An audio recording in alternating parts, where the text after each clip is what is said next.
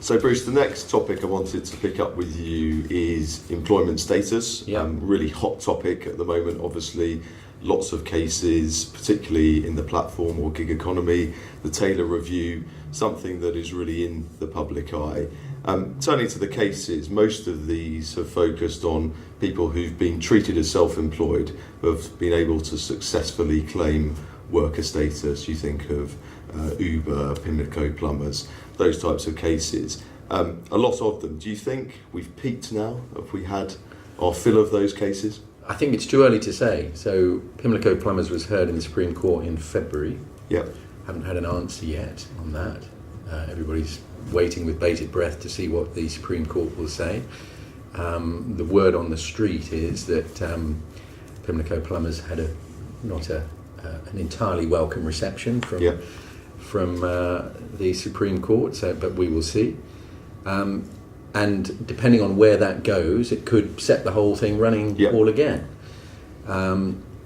Pimlico Plumbers is not quite a gig economy case, although it's pretty close to it. But then, of course, we've got Uber and Aslam, which is in the Court of Appeal in October. Yeah. And how and where these cases go will really depend on what the law looks like at the end of this year, assuming we get a judgment in Uber before the end of the year. So until those two cases are resolved, because those are the first two opportunities at which the higher courts recently will have had a proper look at gig economy, self-employment, worker status, etc. So I think it's much too early to say that it's all done and dusted. We will have to wait and see. Yep. But I think it's right to say that some employers, and I use that word in quotation marks. Putative employers. Let's use that word. Yeah, we all understand it, I think. Some putative employers have already started to take steps to deal with the possible consequences of an extension of where everybody thought the line might be in relation to worker status. Yeah, and what sort of things then? Because I wanted to come back in a moment to the Deliveroo case, which is perhaps the one that's sort of gone the other way, swimming against the tide. But in terms of what employers are doing, I guess, to future-proof themselves. Yeah, well, I think that there is a genuine argument that and I'm going to forget the putative because I'm not going to use that every time I say the word employer, but there is a genuine argument that there is a business model that employers should be allowed to operate which allows for a greater degree of flexibility, allows for almost casual status without creating worker status. Equally, one can see there's an argument for saying guys who schlep pizzas across town on a February evening are entitled to a bit of holiday pay and a national minimum wage. And so what I think we're seeing, certainly with some operators, DPD is the most obvious one, is employers saying, right, we're going to give you the choice. Yeah. You can have 11 quid an hour, working out roughly on that basis, on a casual basis. You turn up when you want, there's no mutuality of obligation. That's fine, you can go down that route. On the other hand, if you want to ensure that you have national minimum wage, minimum breaks, holidays, etc., you can sign up to a different type of arrangement.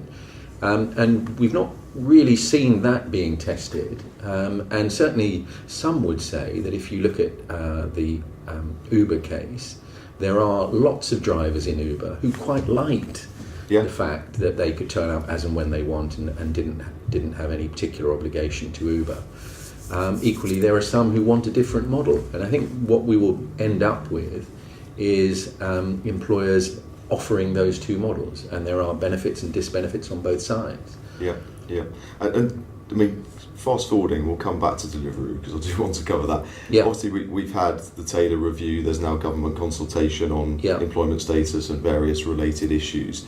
Does the actual statutory position need to change? We've obviously heard, and there are sort of not so much recommendations, but there's suggestions in the government consultation that some sort of statutory tests could come into force. What do you think about that? Do you think it's necessary? Would that sort of thing work? Well, again, I think we're going to have to wait and see what the cases say, because let's say, for example, that either Uber or Pimlico Plumbers won on appeal, and therefore you had created this group who were close to being workers but weren't sufficiently close to come within the definition. then if your policy decision is those people ought to be protected, then you're going to have to revisit the statutory definition. Yeah. So it's got to be policy driven, and the policy will be determined by where we are in terms of the authorities. The TUC position, certainly to date, has been you don't need to change the definition of worker because the workers were winning all the time, except in one case, which we'll come to in a moment. Yeah, let's come back to that if we may, actually. Yeah, sure. So that was obviously not an authority, that was a CAC ruling, and that seemed to hinge... Still of some authority, so that if you had individual Deliveroo riders bringing claims in the employment tribunal, you can bet your bottom dollar that Deliveroo would turn up waiving their CAC decision. Yeah, so wouldn't be binding, but influential. No, indeed, and that seemed to hinge exclusively, really, on this concept of substitution. Yep. So the notion that perhaps surprisingly, a Deliveroo rider was able to play in one of their friends or someone else to effectively pick up a delivery and do it for them. Yes. And that seemed to be determinative. Yes, and my view, and I think it's probably one that you share, is that evidence just looked a little bit thin, but because if you have a genuine right of substitution and substitutes genuinely and regularly turn up in place of the putative worker, then of course there's no requirement for personal service, and that takes you outside the worker status definition. Yeah. But it's not quite one man and his dog evidence that Deliveroo relied on, but it certainly didn't seem to be a wealth of evidence that substitution was something in reality that happened. And of course, where the whole substitution debate kicked off is in auto cleanse. They had this notional substitution clause, but the Supreme Court were prepared to look beyond that and say, come on, that's just not the reality of the situation. Yeah. Now, Deliveroo have managed to get home on substitution with what looks, from an objective observer, because I'm not involved in that case, what looks to be quite a narrow platform of evidence of actual substitution. Yeah.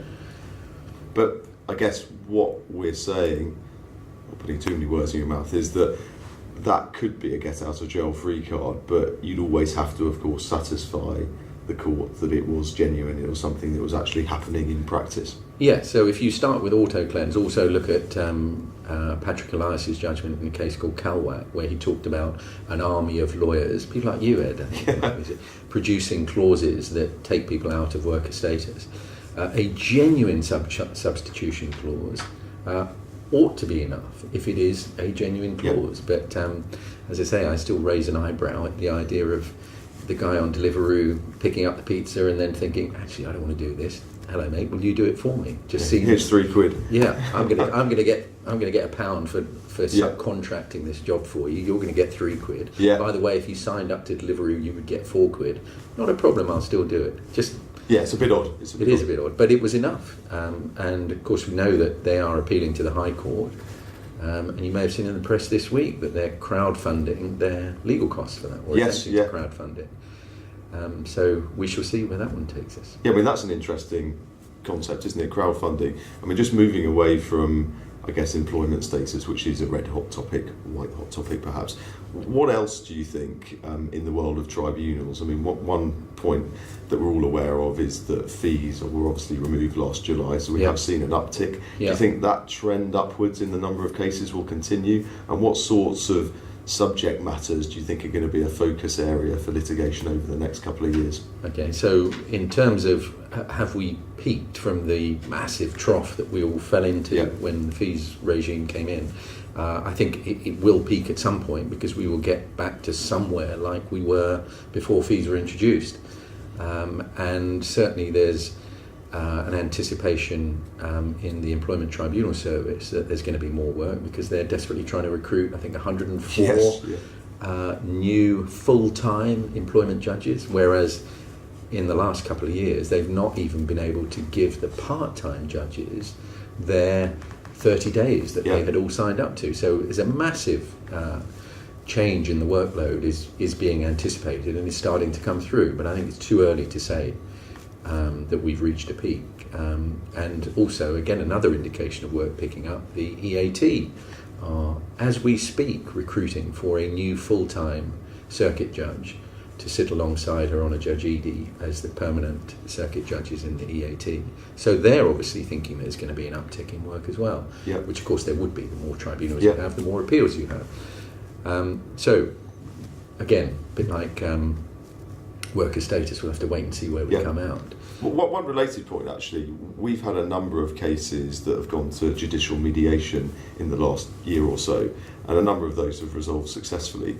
Any thoughts on that? Because I guess that's related to perhaps having too many cases. It's one way of removing that burden on the system. Yeah, I think it's a bit of a mixed bag. It really depends on which judicial mediator you get. Some are very good, some of them are not quite so good. I think where it can be useful, and you've probably got more direct experience of it than I have, Ed, but where I think it's potentially useful is if you've got a crazy party on the other side who has grossly overvalued their case. They're not going to take it from you saying, look, you've overvalued it. Yeah.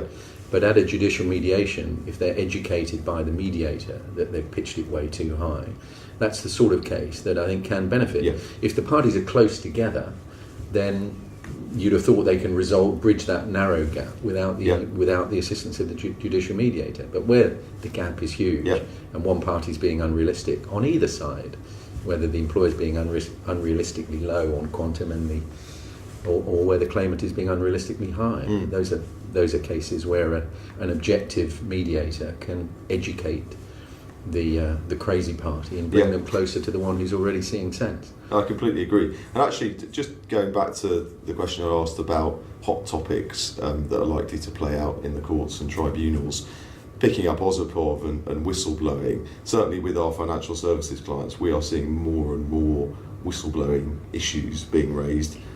Still not that many of them actually litigate, but obviously the more that are raised, the more you would think would litigate. That to me seems an area that's expanding. Do you agree? And are there any others that you think are going to be big over the next couple of years? I think it is expanding. It's traditionally called the white man's discrimination claim. There it is. And the whole concept of whistleblowing and revealing your employer's dirty laundry seems to be becoming more and more acceptable, and that will lead to more claims. Yeah.